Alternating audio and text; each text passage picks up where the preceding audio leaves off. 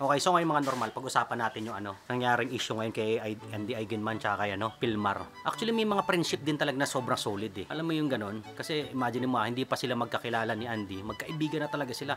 Hindi naman natin alam kung gaano kalalim yung friendship nun eh. Kasi ganyan naman talaga mga foreigner. Eh tayo pa naman mga Pilipino, mga friendly talaga tayo. Hindi mo masisisi din si Pilmar eh. Tsaka baka naging mabait lang si Pilmar. Ang may problema lang dyan, ng social media talaga. Kasi alam mo yun, pag nakipag-friend ka, parang ano lang yan eh. Para Friend daw. Ano?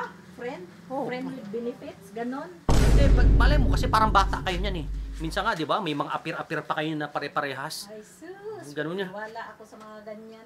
Palusot lang yan ng mga lalaking Diyos ko. Pag ikaw, nahuli ko, nagaganyan. Ako, puputulin ko talaga yung mo.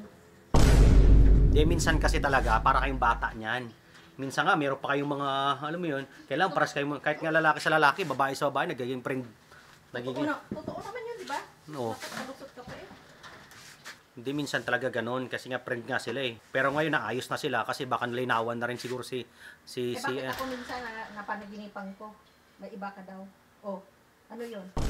Kutob lang o patang isip o ano? Paano ano naman? Yun? Oh. Nasali pa, pati ba naman ako nasali dyan? Oo, nanaginip ako palagi ng ganyan eh. May iba ka daw, may iba kang Sanggala. kasama. Baka mamaya, ako una yun, no? Ang pinag-uusapan natin dito, yung kay Andy kay Pilmar. Kasi may friendship naman sila Ang eh. babae pag kinukuban, si Andy kinukuban na yun. Ganon yun. Eh, ang babae pa naman pag kinukuban, nagkakatotoo yan. Maniwala ka sa akin, proven and tested ko na yan. Para tayo makapag-react nito, mga normal. Huwag na kasi palusok pa. Kasi ang mga lalaki, pag nakakita ng maganda, nag-iiba na. Ganon. Nagkataon lang siguro na maganda talaga yung friend niya. Hindi makagandahan yung friend ni Pilmar. Ako nga, hindi nga ako nagre-react eh. Habang tumatakbo yung sasakyan mo.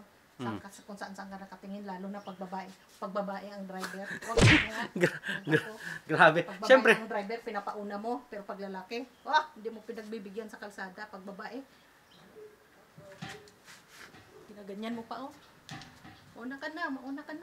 siyempre, mabait tayo sa kalsada. Mabait ka naman sa lahat, ganyan ka naman talaga. Mabait sa lahat ng babae, hindi lalaki. Okay lang sana pati lalaki, ganun pinagbibigyan mo. Kaso lang pag babae, maganda driver. Wag ako. Ilang beses ko na nakita sa'yo yan. Di lang ako nagre-react. Ngayon lang ako nagsasabi sa'yo. Huwag ka na mag-ano-ano dyan. Hindi ka pang nalalaman eh. Pero importante mga normal, nagkabati na sila Andy at Pilmar.